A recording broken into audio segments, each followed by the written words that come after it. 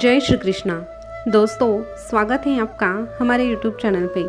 आज एक बार फिर से आपके लिए लेके आए हैं भगवान कृष्ण जी का एक अनमोल संदेश। तो चलिए भगवान कृष्ण हमें क्या कहना चाहते हैं ये जानते हैं। भगवान कृष्ण कहते हैं, कुछ जगह पे चुप रहना ही समझदारी कहलाती है। भगवान कृष्ण कहते हैं, कुछ जगह पे चुप रहना ही समझदारी कहलाती है। हमारी कई सारी समस्याओं का कारण हमारी खामोशी नहीं बल्कि हमारी जुबान होती है। आवश्यकता से ज़्यादा बोलना दुखों का कारण बन सकता है। इसीलिए कम बोलें और स्पष्ट बोलिए, और जितना ज़रूरी हो उतना ही बोलिए। और इसीलिए शायद मौन को हमारे धर्म में ऊंचा स्थान है। श्री कृष्ण कहते हैं, सेहत और मौन ये दोनों का बहुत गहरा संबंध होता है। मौन से हमें मानसिक शांति प्राप्त होती है, विचारों में एकाग्रता आती है, और इसीलिए हमारे साधु संतों ने और बड़े बड़े विद्वानों ने मौन धारण करके गुप्त ज्ञान को प्राप्त कर लिया। और हमारी यही समस्या है कि हम कभी चुप रह ही नहीं सकते, और चुप न बैठने के कारण हम कई सारी समस्याओं को अपने पास बुलाते हैं, और हम खुद ही उन समस्याओं को आमंत्रित भी करते हैं। जैसे कि घर में क्लेश का कारण भी हमारी जुबान ही होता है। चाहे तो हम चुप रहकर क्लेश को ख़त्म कर सकते हैं, लेकिन नहीं, हमें तो बोलना ही है। हम में तो जैसे स्पर्धा चलती है कि कौन सबसे ज़्यादा बोलेगा, और इस स्पर्धा में तो किसी की जीत होती ही नहीं, बस हार होती है उस परिवार की। लेकिन फिर भी हमें इनाम तो मिलता ही है। और पता है इनाम में हमें क्या मिलता है?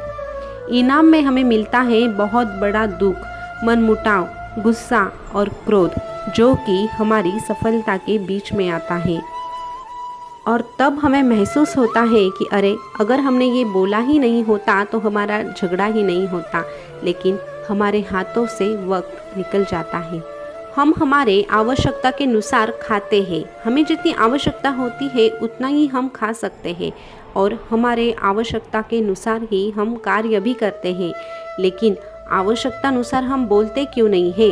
ज़रूरत से ज़्यादा ही हमें बोलना होता है। हम अगर समय निकाल के सोचेंगे तो हमें समझ में आता है कि हमने तो व्यर्थ ही उन बातों में समय गंवाया असल में, जिसकी हमें ज़रूरत ही नहीं थी। लेकिन हाँ, उस जगह पे बोलना भी बहुत ज़रूरी होता है।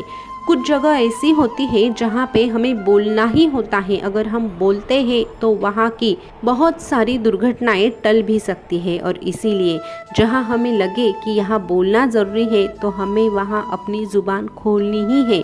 जैसे कि जहाँ पे छल हो रहा है, किसी के साथ कपट हो रहा है, या फिर अधर्म हो रहा है, और जहाँ अनैतिकता की बातें हो रही हैं, वहाँ हमें चुप नहीं रहना है, वहाँ तो हमें बोलना ही है।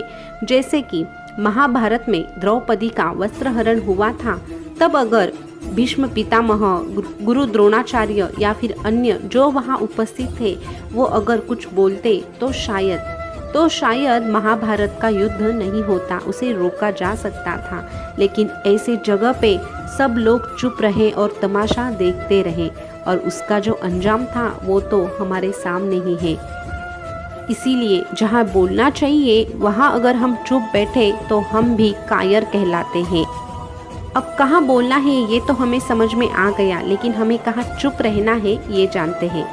तो हमें कहाँ चुप रहना है इसके बारे में भगवान कृष्ण ने हमसे जो बातें कही हैं वो बताते हैं। जिस बारे में हमें कुछ पता ही नहीं है, या फिर जिस बारे में हमें पूरा ज्ञान ही नहीं है, वहाँ चुप रहना ही बेहतर माना गया है।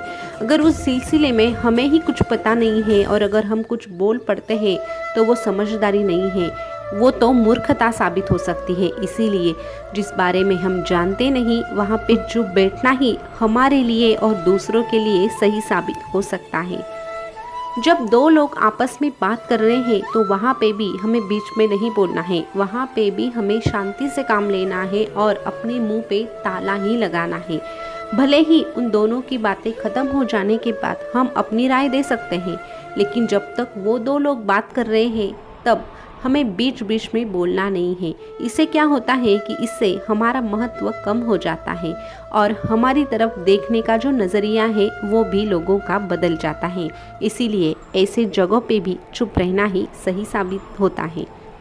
जब कोई आपको उसकी तकलीफ़ बता रहा है, उसका कहना आपके सामने वो रख रहा है, तब आपको चुप रहना है। हमारी आदत होती है जब कोई कुछ कहता है ना तो हम सुनते नहीं हैं, हम बीच बीच में बार बार बोलते रहते हैं। इससे क्या होता है कि सामने वाले का जो मन है वो दुखी हो जाता है, उसे लगता है कि अरे मेरा तो सुनने वाला कोई नहीं है, और इसीलिए उसके मन में हमारी जो प्रतिमा है वो बदल जाती है। इसीलिए अगर आपके साथ कोई अपनी बातें शेयर कर रहा है, अपना दुख बांट रहा है, तो पहले उसे ध्यान से सुनिए, उसके दुख को महसूस करना सीखिए और फिर उसके बाद उस पर आपकी क्या राय है ये भी धीरे से शांति से उसे समझाइए। यकीन मानिए आप दोनों का रिश्ता और भी गहरा हो सकता है। आगे भगवान कृष्ण कहते हैं, जब आपको कोई बार बार इग्नोर कर रहा है या फिर आपकी तरफ देखकर भी अनजान बनने की कोशिश कर रहा है, तो ऐसे व्यक्ति के सामने बोलने से कोई भी फायदा नहीं है। ऐसे व्यक्ति से कभी भी बात नहीं करनी चाहिए या फिर ऐसे व्यक्ति के सामने हमें कुछ बोलना ही नहीं चाहिए, क्योंकि अगर उसने ठान लिया है कि इसकी बात ही नहीं सुननी है तो हम अपनी एनर्जी उसके सामने क्यों वेस्ट करें। इसीलिए जो आपको इग्नोर करता है उसके सामने बोलने का प्रयास मत कीजिए। इसके आगे भगवान कृष्ण कहते हैं, जो आपकी तरक्की से खुश नहीं होते उनके सामने भी बोलने से कोई फ़ायदा नहीं।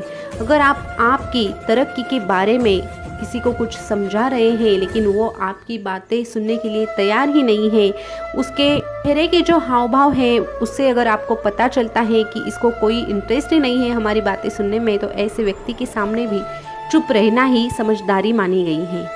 उसके बाद जो आपकी बातों का हमेशा गलत ही अर्थ निकालता हो उसके सामने भी ज़्यादा बोलना नहीं चाहिए।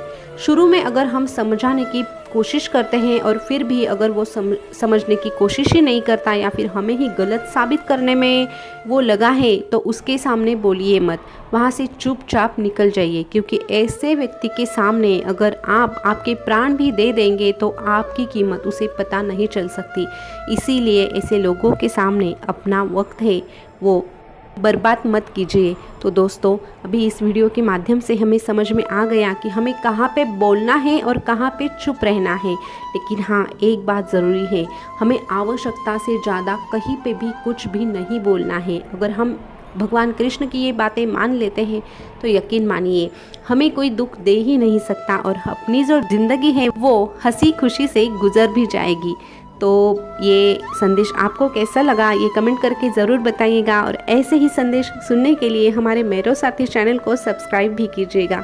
फिर मिलेंगे नए वीडियो के साथ, तब तक के लिए बोलते रहिए जय श्री कृष्णा, जय श्री कृष्णा। शुक्रिया।